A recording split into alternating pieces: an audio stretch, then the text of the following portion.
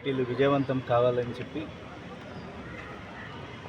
మన నగరానికి, దేశానికి, రాష్ట్రానికి మంచి పేరు తీసుకురావాలని చెప్పి క్రీడాకారుల్ని ఈ ప్రారంభ పోటీల సందర్భంగా అభినందిస్తూ, ముఖ్యంగా చెరుకూరి సత్యనారాయణ బహుశా మన దేశానికి, రాష్ట్రానికి ఆర్చరీని, విలువిద్యని, క్రీడను పరిచయం చేసినటువంటిది చెరుకూరి సత్యనారాయణ.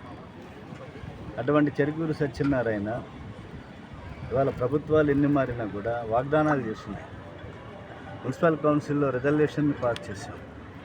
చెరుకూరి సత్యనారాయణ సేవలను పరిగణలోకి తీసుకొని ద్రోణాచార్య అవార్డునిచ్చి సత్కరించాలని చెప్పి ప్రభుత్వం ఆ విధంగా ఆర్చరీని గౌరవించాలని చెప్పేసి కూడా కోరాము.